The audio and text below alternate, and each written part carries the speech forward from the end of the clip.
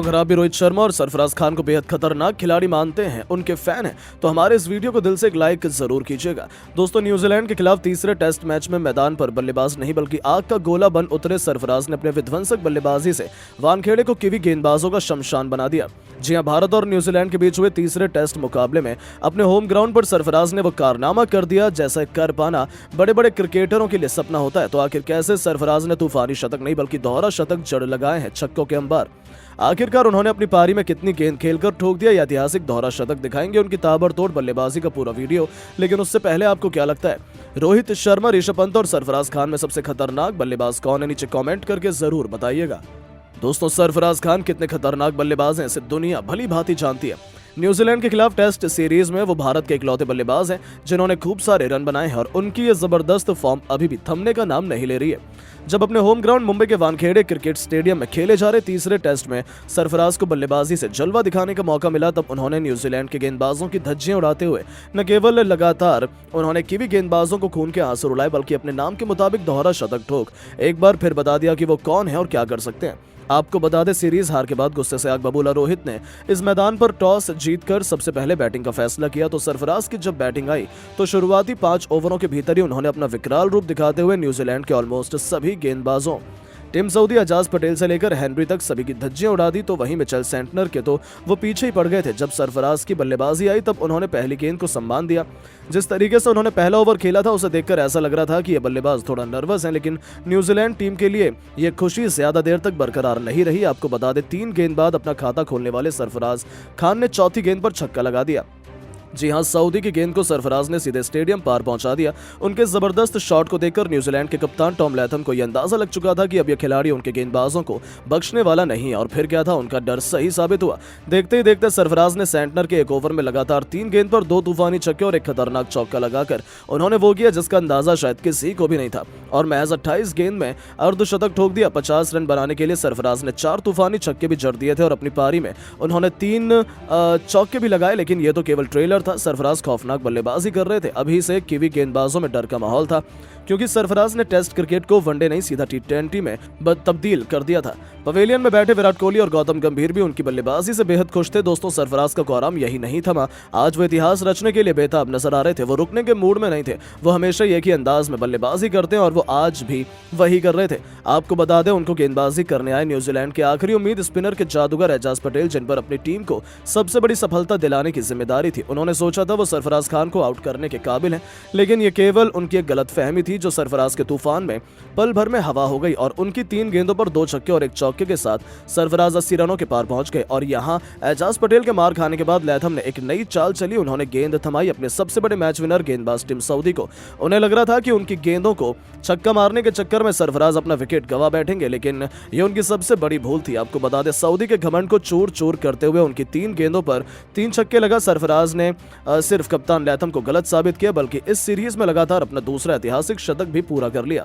शतक बनाने के लिए सरफराज ने केवल 52 गेंदें ही खेली थी जिसमें उन्होंने 8 छक्के और 8 चौके भी लगाए। अब आप इसे ही अंदाजा लगा सकते हैं कि सरफराज खान ने केवल 52 गेंदों में ही शतक ठोक गेंदबाजों की कितनी बेरहम तरीके से पिटाई की। उनका कोराम यही नहीं रुका। उन्होंने साथी खिलाड़ियों के साथ मिलकर और भी ताबड़तोड़ बल्लेबाजी की। देखते ही देखते 82 गेंदों पर 150 रनों का आंकड़ा पार किया।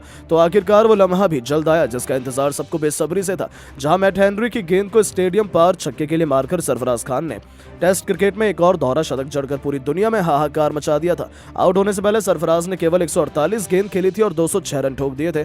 अपनी पारी में उन्होंने 13 छक्के और 11 खतरनाक चौके भी लगाए और अकेले दम पर ही उन्होंने पूरे के पूरे न्यूजीलैंड में मातम का माहौल पैदा कर लिया था। जिस तरीके से सरफराज ने उनके गेंदबाजों की कुटाई की थी, ये तो उनके लिए किसी बुरे सपने से कम नहीं था, जिसे भूल पाना उनके लिए कभी भी संभव नहीं हो पाएगा। वहीं करोड़ों फैंस भी सरफराज का ये अंदाज देखकर खुशी से फूले नहीं समा रहे थे। लेकिन दोस्तों, अब सरफराज खान की इस खूंखार पारी को अब 10 में से कितने नंबर देना चाहेंगे? अपनी कीमती राय नीचे कमेंट करके जरूर बताएं और ऐसी नई नई वीडियो के लिए चैनल को सब्सक्राइब जरूर करें। धन्यवाद। दोस्तों, वानखेड़े के मैदान पर तीसरे टेस्ट मैच के पहले दिन न्यूजीलैंड की क्रिकेट टीम की एक बार फिर बुरी तरीके से शामत आई। पहले तो भारत के बल्लेबाजों ने कमाल की बल्लेबाजी की। रोहित और जायसवाल ने न्यूजीलैंड के गेंदबाजों के परखच्चे उड़ा दिए। उनका बल्ला बेदर्दी से गरजता नजर आया तो अंत में ऋषभ पंत पंत के साथ मिलकर सरफराज खान ने भी ऐसा तांडव मचाया कि पहले दिन ही न्यूजीलैंड की हार की दास्तान लिख डाली। तो ऐसे में आज हम आपको इस वीडियो में बताएंगे भारत और न्यूजीलैंड के बीच खेले गए कांटे के तीसरे टेस्ट के पहले दिन का पूरा रोमांचक हाईलाइट। तो ऐसे में आप इस वीडियो को अंत तक जरूर देखिएगा, लेकिन इससे पहले अगर आप भी रोहित और कोहली के बहुत बड़े फैन हैं तो आप इस वीडियो को एक लाइक जरूर कर लीजिए। दोस्तों, पहले बेंगलोर तो फिर पुणे के मैदान पर टीम इंडिया को करारी हार का सामना करना पड़ा। इस झटके से तो पूरा हिंदुस्तान अभी तक उबर नहीं पाया है। न्यूजीलैंड ने वो कर दिखाया जो कोई सोच भी नहीं सकता था, जिससे उनका घमंड आसमान छू रहा था। लेकिन जब तीसरे टेस्ट मैच के लिए दोनों टीमें आमने सामने आई, तब इस मैच में भारतीय टीम ने तगड़ा पलटवार करते हुए जो किया वो इतिहास के पन्नों में लिखा गया। जी हां, 3 मैचों की टेस्ट सीरीज के तीसरे टेस्ट मैच के लिए जब मुंबई के ऐतिहासिक वानखेड़े क्रिकेट स्टेडियम में दोनों टीमें पहुंची, तब इस मैच में भारत के कप्तान रोहित शर्मा ने टॉस जीतकर पहले बल्लेबाजी करने का फैसला किया और मेहमान टीम न्यूजीलैंड को पहले गेंदबाजी करने के लिए आमंत्रित किया। जिसके बाद में टीम इंडिया अपनी पहली पारी में बल्लेबाजी करने के लिए मैदान पर उतरी। भारतीय टीम के लिए पारी की शुरुआत करने के लिए कप्तान रोहित शर्मा के साथ में यशस्वी जायसवाल मैदान पर उतरे। इन दोनों पर अपनी टीम को एक बेहतरीन और सधी हुई शुरुआत दिलाने की अहम जिम्मेदारी थी। जहां जायसवाल और रोहित ने शुरू में संभलकर बल्लेबाजी की और धीरे धीरे अपनी टीम की पारी को आगे बढ़ाया। वहीं इन दोनों ने न्यूजीलैंड के गेंदबाजों को सम्मान दिया और सधी हुई बल्लेबाजी की। शुरू के 10 ओवर तक न्यूजीलैंड के गेंदबाजों को काफी मदद मिल रही थी, जिसकी वजह से रोहित शर्मा और यशस्वी को काफी परेशानी भी हो रही थी।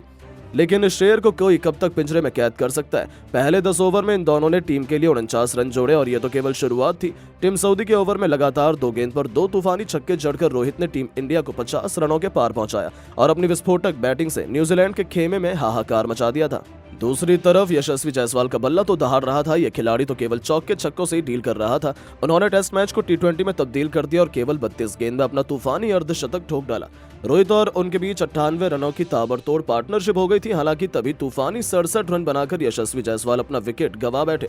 उन्हें सेंटनर ने पवेलियन का रास्ता दिखाया। उसके बाद में बल्लेबाजी करने उतरे विराट कोहली, जिसके बाद कोहली ने रोहित शर्मा ने जैसे पारी को संभाला और आगे बढ़ाया। लेकिन उसके बाद पहला सेशन एंड हो गया, जहां पहला सत्र समाप्त होने तक टीम इंडिया का स्कोर 109 रन 2 विकेट के नुकसान पर था। रोहित डटे हुए थे। जिसके बाद दूसरे सेशन का खेल शुरू हुआ। भारत के लिए एक बार फिर से कप्तान रोहित शर्मा के साथ में विराट कोहली बल्लेबाजी करने के लिए आए। दूसरे सेशन के शुरुआत में एक बार फिर से इन दोनों ने काफी संभलकर बल्लेबाजी की, क्योंकि शुरू में न्यूजीलैंड के गेंदबाजों को मदद मिल रही थी। लेकिन कुछ ओवर निकलने के बाद में रोहित ने अपने गियर बदले और बड़े शॉट खेलने शुरू कर दिए। रोहित शर्मा काफी अच्छे लय में नजर आ रहे थे। वो कोहली भी काफी ज्यादा रोहित शर्मा का अच्छा साथ देते हुए नजर आ रहे थे। जिसके बाद 32वें ओवर में इन दोनों ने अर्धशतकीय साझेदारी पूरी कर ली और साथ में भारत को भी 150 रन के पार पहुंचा दिया। जिसके बाद रोहित शर्मा ने भी अपनी हाफ सेंचुरी पूरी कर ली। अब रोहित और कोहली ने भारत की पारी को संभाल लिया। हालांकि न्यूजीलैंड के गेंदबाज भी विकेट लेने की भरपूर कोशिश कर रहे थे, लेकिन अब इन दोनों के बीच काफी अच्छा तालमेल नजर आ रहा था। रोहित और कोहली ने अपने तेवर भी चेंज कर लिए थे। जिसके बाद देखते ही देखते विराट कोहली ने भी अपनी 50वें ओवरों में पूरी कर ली और भारत को भी 150 रन के पार पहुंचा दिया। जिसके बाद 53वें ओवर में रोहित शर्मा और विराट कोहली के बीच शतकीय साझेदारी भी पूरी हो गई थी। लेकिन उसके बाद में 54 ओवर की समाप्ति तक दूसरा सेशन भी समाप्त हो गया, जहां दूसरे सेशन की समाप्ति तक टीम इंडिया का स्कोर 238 रन तक पहुंच गया था। जिसके बाद में तीसरे सेशन की शुरुआत में एक बार फिर से कोहली के साथ रोहित ही पारी की शुरुआत करने के लिए आए। रोहित और कोहली ने सेशन की शुरुआत ही अटैकिंग तरीके से, खासतौर पर रोहित ने बॉलर्स के ऊपर डोमिनेट किया। जहां आपको बता दें कि 59वें ओवर में रोहित ने लगातार चौके जड़कर अपनी सेंचुरी पूरी कर ली। वहीं उनके 3 ओवर के बाद में रोहित शर्मा ने कोहली के साथ में मिलकर अपनी टीम को 250 रन के पार पहुंचा दिया था। दोनों ही बल्लेबाज के बीच ये साझेदारी अब न्यूजीलैंड के लिए काफी खतरनाक होती नजर आ रही थी, क्योंकि ये दोनों तेजी से भारत के स्कोर को आगे बढ़ा रहे थे। लेकिन उसके बाद में सेट बल्लेबाज कप्तान रोहित शर्मा को एजाज पटेल ने आउट कर दिया और भारत को सबसे बड़ा झटका दिया, जहां रोहित शर्मा ने भारत के लिए 113 रन की कप्तानी पारी खेली। रोहित शर्मा ने इस पारी के दौरान 12 चौके और 4 तूफानी छक्के भी लगाए और उसके बाद में बल्लेबाजी करने के लिए आए सरफराज खान। जिसके बाद सरफराज और कोहली ने मिलकर भारत की पारी को आगे बढ़ाने का काम किया। खास तौर पर कोहली तो आज फास्ट और स्पिन दोनों गेंदबाजों को काफी अच्छे से डोमिनेट कर रहे थे। अब कोहली हर ओवर में कम से कम एक चौका तो लगा ही रहे थे। वहीं सरफराज तो शुरू में अपना समय लेकर खेल रहे थे। अब कोहली और सरफराज के बीच भी अच्छा तालमेल नजर आ रहा था। कोहली भी अब तेजी से अपने शतक की ओर आगे बढ़ते हुए नजर आ रहे थे। जिसके बाद सरफराज और कोहली के बीच भी 50 रन की साझेदारी हो गई। उसके बाद विराट कोहली ने ग्लेन फिलिप्स के खिलाफ एक चौका और एक खतरनाक छक्का एक ही ओवर में लगाकर अपनी सेंचुरी भी पूरी कर ली। कोहली की बल्लेबाजी से किवी गेंदबाज काफी दबाव महसूस कर रहे थे, लेकिन शतक लगाने के बाद में विराट कोहली ज्यादा देर तक नहीं टिक पाया और विराट कोहली को भी सऊदी ने आउट कर दिया और भारत को तीसरा झटका दे दिया। जहां आपको बता दें कि विराट कोहली ने भारत के लिए 109 रन की पारी खेली। बता दें कि कोहली ने इस पारी के दौरान 2 छक्के लगाए, वहीं कोहली के बल्ले से 14 चौके भी निकले। कोहली के आउट होने के बाद में सरफराज का साथ देने के लिए ऋषभ पंत मैदान पर उतरे।